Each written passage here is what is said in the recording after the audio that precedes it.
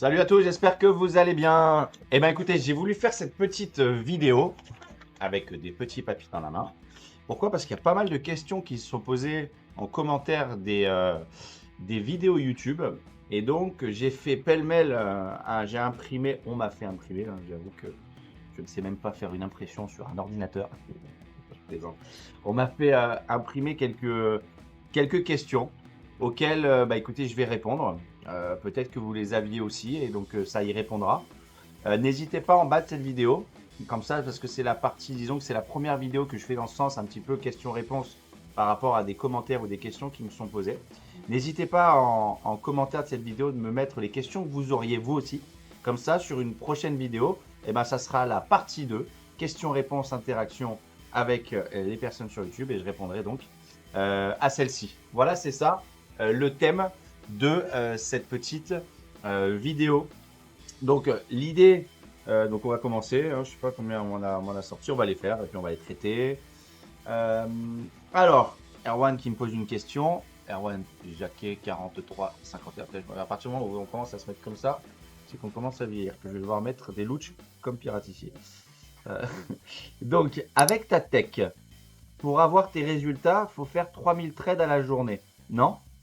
Alors non, le principe du scalping, c'est pas faire 3000 trades dans la journée. Moi, je vais vous dire, sur une session, peut-être faire maximum une vingtaine de trades. Donc non, le scalping, c'est pas du trading haute fréquence, c'est du trading qui va être peut-être du trading un peu rapide. Néanmoins, il y a des trades qui vont parfois, vous regardez, durer 20 minutes, hein, ça m'arrive. Parfois, ça dure à la minute, parfois, ça dure sur 10-15 secondes. Donc, on a tout ce range de durée. Et pour avoir le type de résultat que je fais ou que vont faire les élèves de l'école, non, il n'y a pas besoin de faire 3000 trades dans la journée. Car en live, à la fin de celui-ci, les résultats atteignent 200 voire 300 dollars. Peux-tu préciser ce point? En fait, comment on va faire? Par exemple, je monte des lives où je ne vais pas forcément tout vous montrer dans les lives. Pourquoi? Forcément, j'ai envie de vous rendre un petit côté forcément exhibition pour vous montrer ce que c'est le trading, ce que c'est le scalping, qu'est-ce que c'est le carnet d'ordre et comment assimiler, ou en tout cas maîtriser le scalping au sein des carnets d'ordre.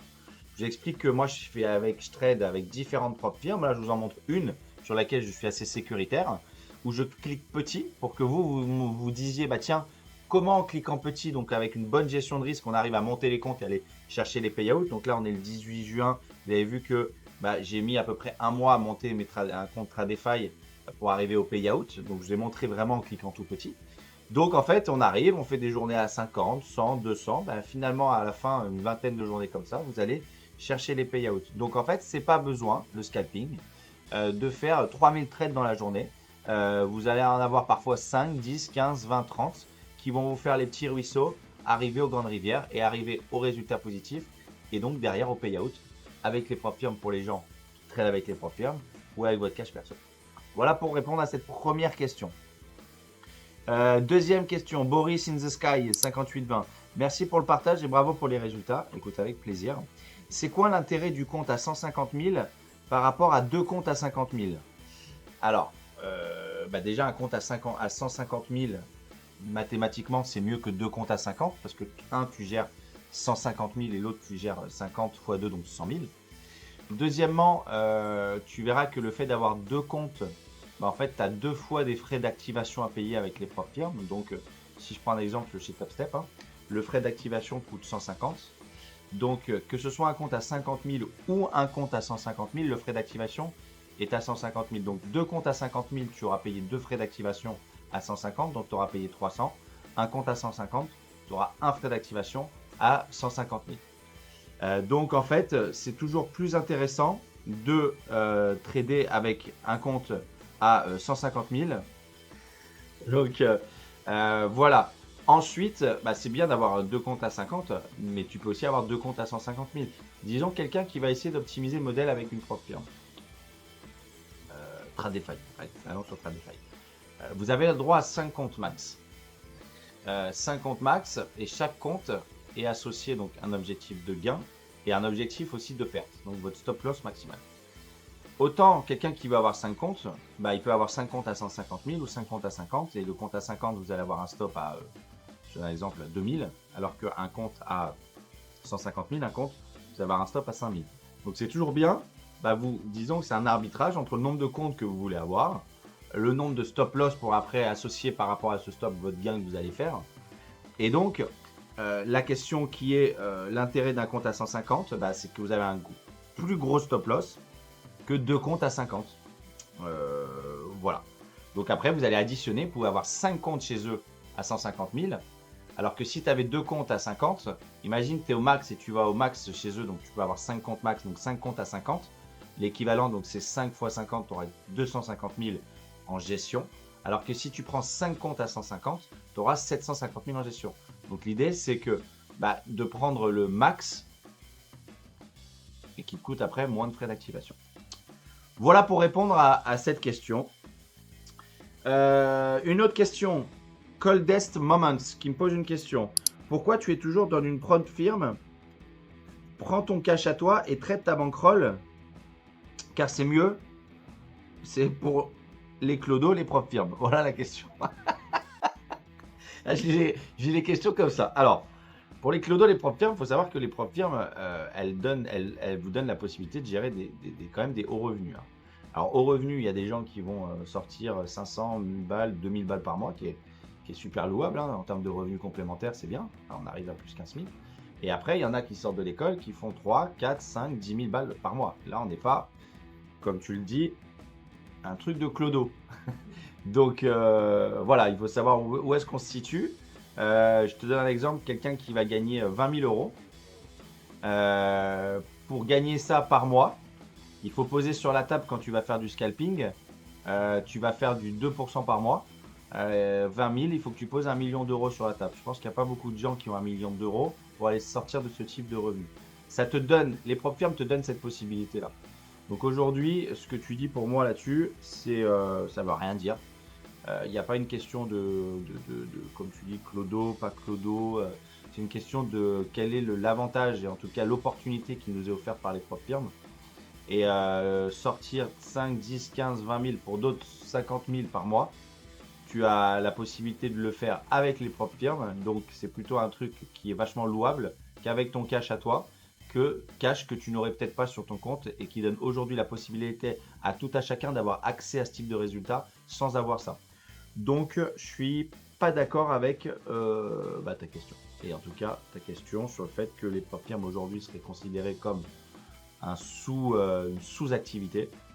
Aujourd'hui, moi j'ai un avis qui est non pas juste différent, mais qui est diamétralement opposé au tien, à savoir que c'est une opportunité qui est magnifique, sur lesquelles aujourd'hui on communique énormément parce que ça peut ouvrir des chemins et en tout cas faire péter des plafonds de verre à tout à chacun. En tout cas sur la partie trading. Autre question, Nasbiz. Salut, bravo Marc. Petite question concernant TopStep. Sachant que les comptes sont financés, tu parles toujours des abonnements mensuels. Alors en fait, les abonnements mensuels chez TopStep, donc c'est sur la partie des challenges. Si vous avez un challenge et que celui-ci ou n'est pas validé ou vous n'enlevez pas l'abonnement, donc un abonnement mensuel. Donc c'est-à-dire que s'il a sauté, dans un mois, il va être renouvelé. Si vous ne l'avez pas ou passé ou fait sauter et annuler l'abonnement, il va repartir cet abonnement et vous aurez de nouveau, de manière automatique, un nouveau challenge pour le mois d'après. Donc les abonnements, c'est que pour les challenges. Quand vous passez en compte financé, là il n'y a plus d'abonnement. Le seul abonnement que vous allez avoir, c'est l'abonnement si vous souhaitez la liquidité du marché, donc de voir sur un carnet, comme ici par exemple,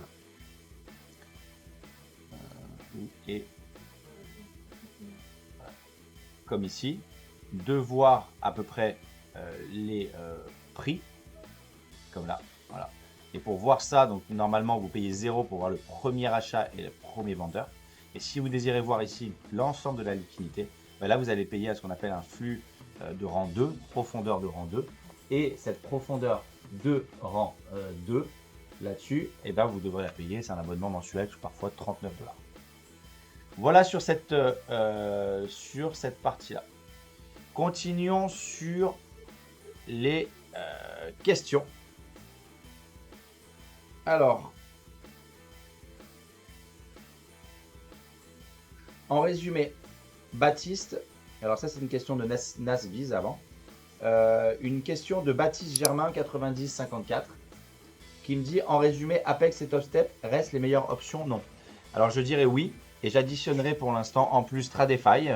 Je mettrai également potentiellement à l'instant encore un peu Bullnox. Et puis d'autres vont arriver. L'important, c'est, vous savez, c'est pas d'avoir une propre firme, c'est d'en avoir plusieurs pour vous diversifier vos sources de revenus et diversifier votre risque propre firme. Donc, mais pour l'instant, mon point de vue à moi, ça serait oui, je dirais, ce sont ceux-là pour l'instant, toujours, qui seraient pour moi les plus recommandables. Boris Le Chable 95-99 qui me dit: Salut Marc-Antoine, je serais curieux de connaître ton avis sur la propre firme Tech Profit Trader, qui a un modèle proche de celui de Top Step et qui, selon moi, pourrait intégrer le top 4 dans une logique de diversification. Alors figure-toi que je suis en train de la tester. Elle a en effet à peu près les mêmes règles que Top Step, à savoir le challenge, une règle de cohérence de 50%, 5 comptes max.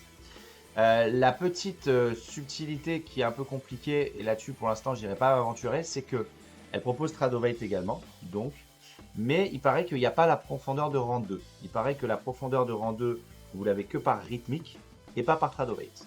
Et donc pour moi, ça serait un petit peu compliqué de ne pas avoir l'ensemble de la profondeur, vu que quand on va trader au carnet, c'est important de voir toute cette profondeur. Une question, Fuedos, qui me dit: le problème c'est que tu achètes énormément de challenge. Alors la question c'est ce que je dépense par rapport à ce que je gagne, c'est ça le vraie chose. Si aujourd'hui tu ne peux plus acheter trop de challenge, chez Top Step par exemple, Top Step te bride à l'achat de 10 challenges, et après que tu peux renouveler, bien sûr, hein.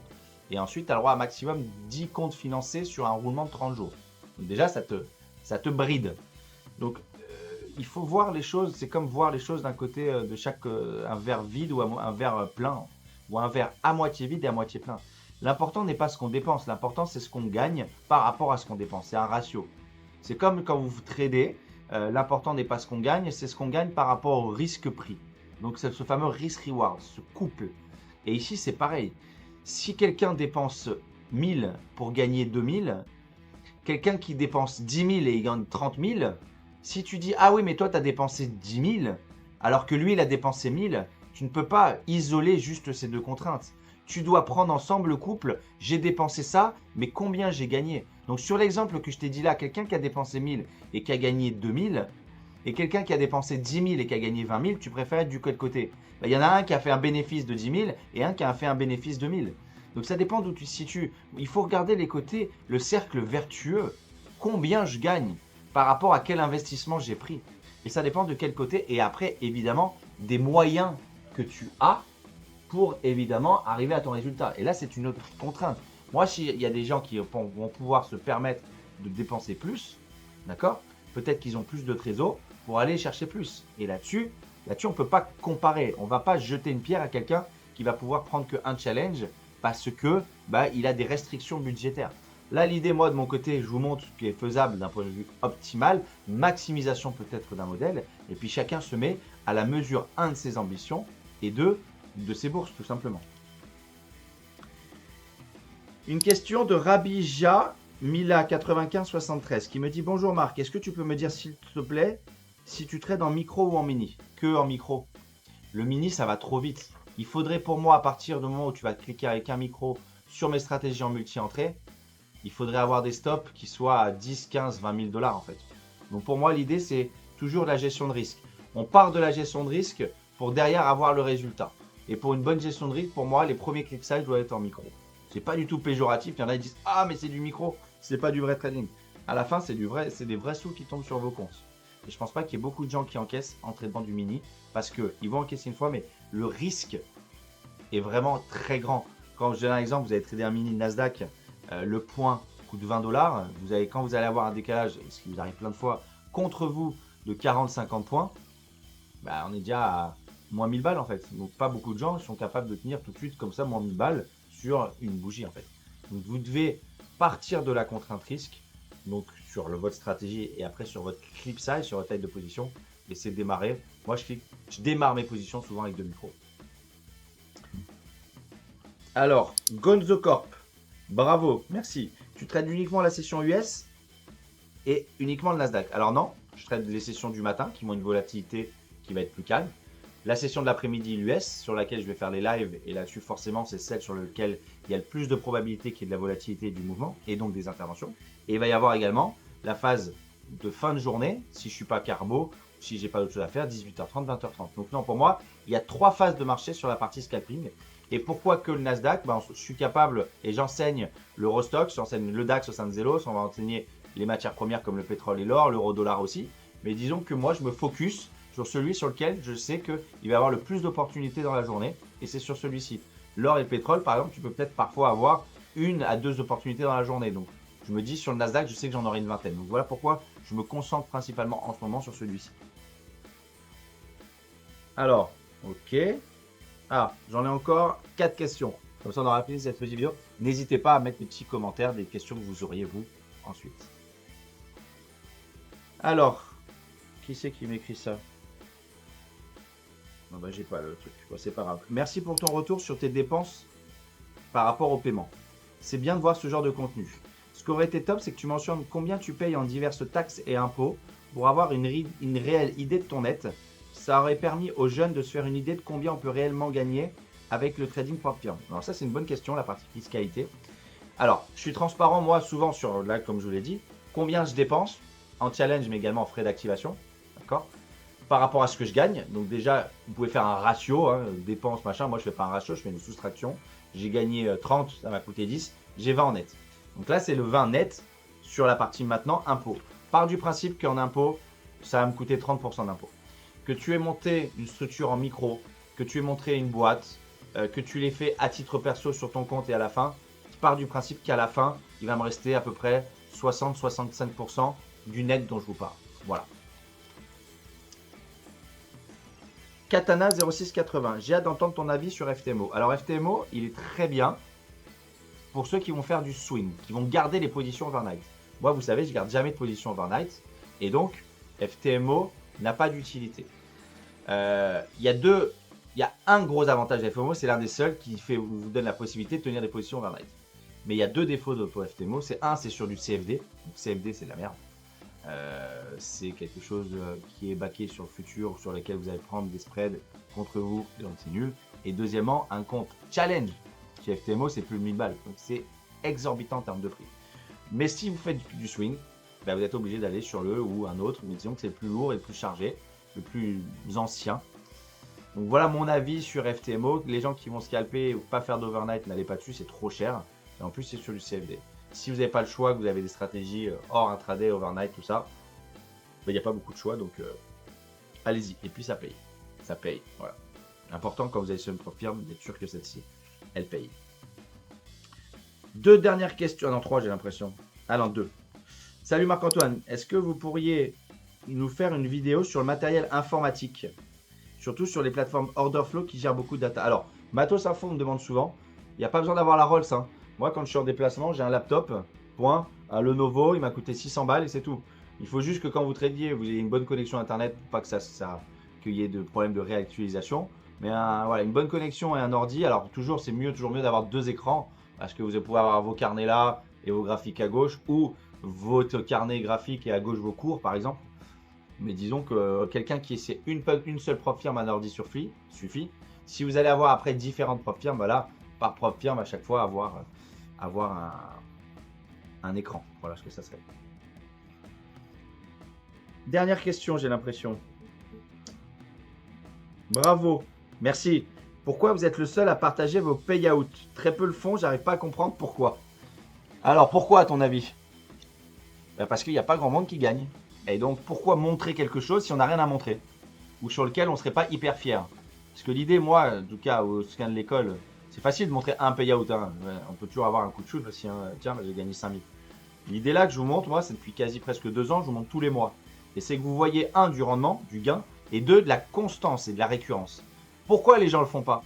Parce qu'ils n'arrivent pas à encaisser de manière régulière, à gagner beaucoup. Et donc, ça serait un petit peu la honte de dire que je forme, 2, je trade, mais sur l'année, regarde, je gagne 1000 balles je gagne 10 000 balles. Et puis derrière, je te vends un programme de mentoring ou de coaching à 10 000 balles. Ça fait pas trop crédible. Donc forcément, sachez une chose, hein, c'est simple. Quand tu es trader et que tu gagnes, tu es fier de le montrer. Et à partir du moment où tu ne le montres pas, Si la personne dit ah mais tu sais je veux pas les impôts, les machins et tout ça, flambi, cacahuète. Si tu montres, si tu gagnes, tu montes forcément. Parce que forcément derrière, c'est quelque chose qui va être moteur, c'est quelque chose qui va te donner ta légitimité, ta crédibilité. Et donc moi je le fais et au sein de la team on le fait parce que on a au sein de l'école ici vocation à vous former. Et donc forcément à vos yeux il faut qu'on ait cette légitimité. Le CV d'un trader, c'est son track record, c'est ses gains, c'est ses résultats. Si d'un seul coup je commence à tantiner, à vous dire, tu sais, je vous montre pas trop les résultats parce que il y a une anguille sous la roche, je vous avoue. Voilà, en gros, le fin fond de ma pensée. Eh ben écoutez, merci Daria qui m'a imprimé ça pour répondre à ces petites questions. N'hésitez pas à mettre en commentaire des questions que vous auriez pour la prochaine fois. Quel cas, je ferai une petite vidéo pour y répondre. Voilà, les amis. Eh ben, merci pour votre attention. Et je vous dis à bientôt. Je vous embrasse. Ciao.